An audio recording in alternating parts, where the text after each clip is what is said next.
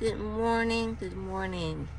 Um, One of the things that um, that I like to talk about, as someone who's not a witness, Jehovah's Witness, and who's been married to someone who is a witness for almost 29 years in a couple of months.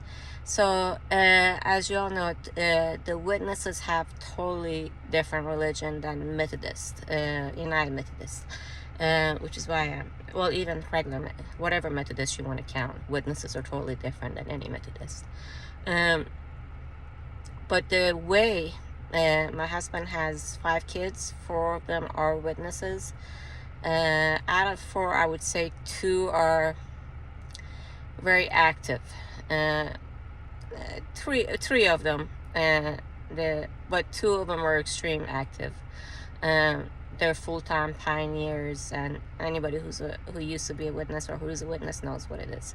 But the way to, and I recommend this for any female or anybody in any kind of relationship, is knowing to say no and knowing your boundaries. Saying no is something that one of the first words that we learn as kids, and it's something that is so important in any kind of a relationship. And this goes to immediate family and everybody, to be able to say no, because and knowing what your boundaries are, setting. I learned this in my 50s. It's taken me a long time to learn this because it's hard to say. I think for a lot of women it's hard to say no, or to not to always be polite. I think it's much easier for men to not be polite, and say no and not care about the other person's feelings. But I think for females it's harder to say that.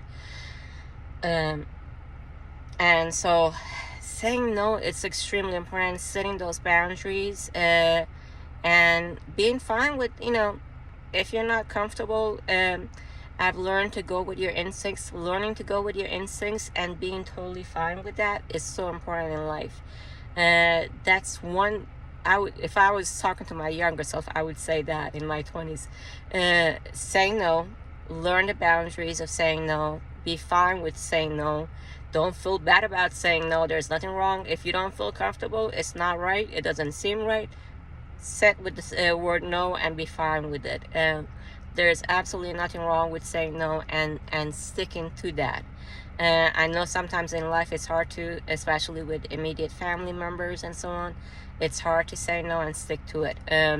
But you gotta do it. You gotta go with your first instincts and stay with it, because it's so important. So my key thing is, if you're married to someone who has a totally different religion, is stick with your nose. It will go a whole long way in not just your marriage and your personal immediate family relationships. Those are the ones who can do the most damage. Learning to say no and sticking with it and setting to your boundaries. It's so important, and sticking with them and not feeling bad about saying no. That's my advice for the day, or recommendation. Have a wonderful day. Please like and subscribe if you can. Thank you.